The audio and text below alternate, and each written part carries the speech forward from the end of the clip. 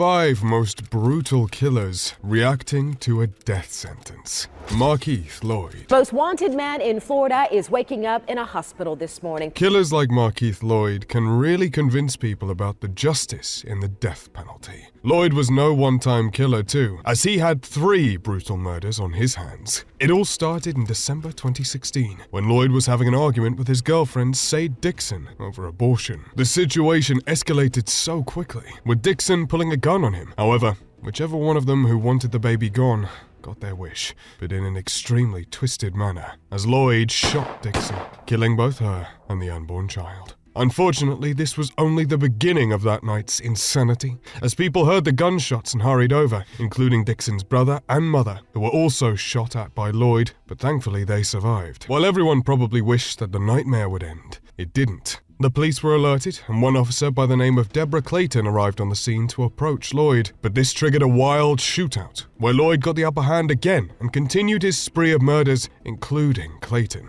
Naturally, this made Lloyd public enemy number 1, and his reign of terror sparked a 9-day manhunt when he was finally arrested and beat up by cops so badly. An eye for an eye, well, this time it was literal, and Lloyd lost one of his eyes in the violence. His trial started, and everyone wanted him facing harsh justice, though the defense argued that he wasn't fit to stand trial and that he hallucinated being a slave. Clearly he was not in his right mind from the beginning, and even had a few outbursts in court, but still, it wasn't enough of an excuse, and he got what was coming to him in double. He first got a life sentence that was argued up to a death penalty, to which the judge agreed.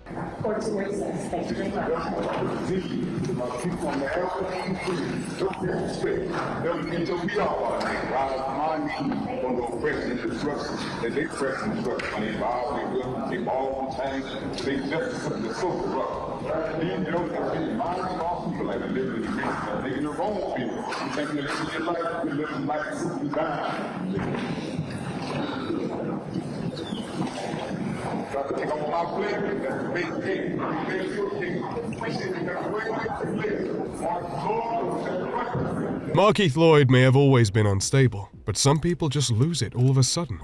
Martez Abram, who's a tragic and terrifying example of a bad day turning an unassuming person into a monster. This story started with the firing of Abram from his Walmart job in South Haven, Mississippi. This must have sent Abram into a frenzy, who apparently started showing other employees a knife he had after he was fired. What seemed benign at first came back to be horrifying, as Abram went back to his former workplace to wreak havoc on July the 30th, 2019. Abram brought a gun into Walmart and started mindlessly shooting up the entire store, setting the baby section on fire and even leaving a package for the bomb squad to come and deal with later. Abram held the entire Walmart hostage, with 60 people inside witnessing his capacity for evil. Out of those 60, however, 2 employees tragically lost their lives, Brandon Gales and Anthony Brown. The police turned the place upside down for Abram, eventually finding him in a parking lot, where he shot an officer in their bulletproof vest before he was finally shot, taken to hospital, and stood trial. You went back to the toilet paper, Robin. Yes. On trial, there was no question regarding his guilty status, but people started mentioning how it was unusual for him to pull something off like this, citing the fact that he came off as nice and kind, with one neighbor saying, "I only talked to him in passing, like back and forth when he came home from work or whatever. He seemed real nice, real cool and quiet." But this is a case of either deceiving looks or a man losing it under the pressure of a bad day. Perhaps the biggest evidence of this is how Abram broke down in court with the charges of capital murder he was facing, in addition to first-degree murder.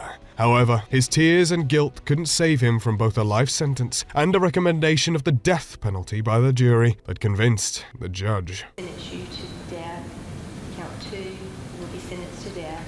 In count 3, you will be sentenced to life. Killing a cop is considered one of the worst crimes ever in all legal systems, but some still take their chances. Like Mikhail Brady, Stabbed him like 4 to 8 who escalated a times. simple traffic stop into murder and a prison sentence into a large-scale escape. On February the 13th, 2013, Brady was pulled over by a cop in North Carolina. Guilty of something to hide, no doubt, Brady shot the officer, but the officer survived. With the logical deduction of a turtle, he was literally arrested the very next day and sentenced to 24 years in Pasquotank County Prison. However, Brady seemed to be smarter than we would have given him credit for. Got a job in the sewing plant at the prison. Brady says he had access to several tools. And he seemingly drew some inspiration from Andy Dufresne in The Shawshank Redemption, as he started planning a grand escape after landing a job in the sewing plant for good behavior.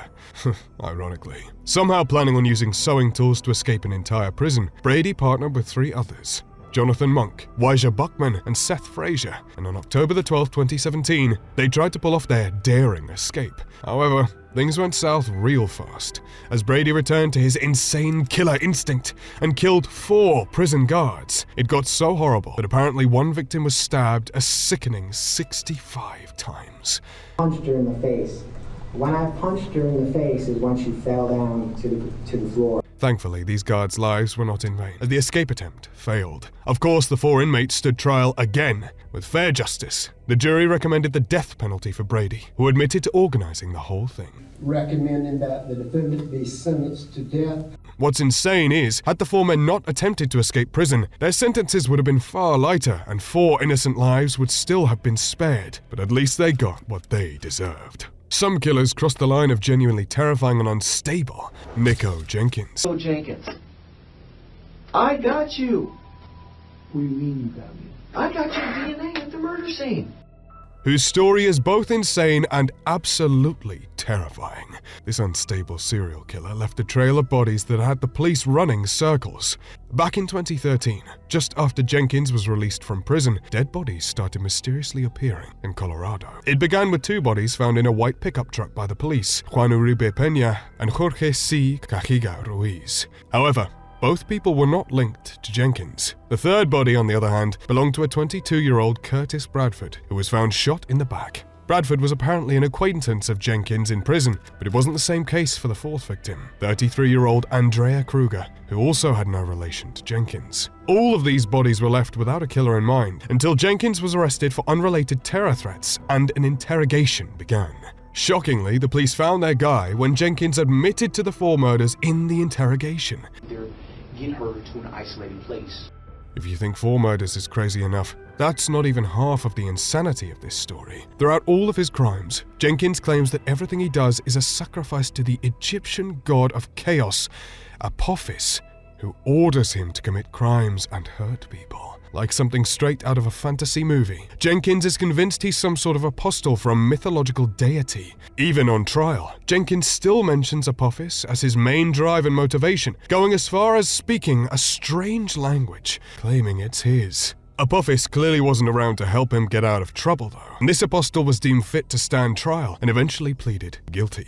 We doubt that he'll find the Valley of Reeds and Osiris on the other side, but Jenkins was given the death penalty for all the murders. Even on trial after the verdict, he had the eyes of someone who was adamant about his case. Finds that the death penalty is appropriate, should be, and is hereby given for each of the 4 murders by the defendant. While all of these killers are best left unknown, one stood out across history: Ted Bundy, the infamous serial killer, who has piqued crime enthusiasts' interest for decades and made his way to screens all over the world. Ted Bundy is well known for the series of killings of mostly women between 1974 and 1978, but even a monster like Bundy had a tragic backstory. A lot of the time, downright villains can draw some sympathy, but not Bundy. Bundy didn't grow up to be some social outcast twirling his mustache. The fact that he was the complete opposite made him even more dangerous. Bundy was confident, well-spoken, extremely smart, and good with women, until he showed them his true nature and took their lives. He became the perfect example of how looks and demeanor can hide true horrors.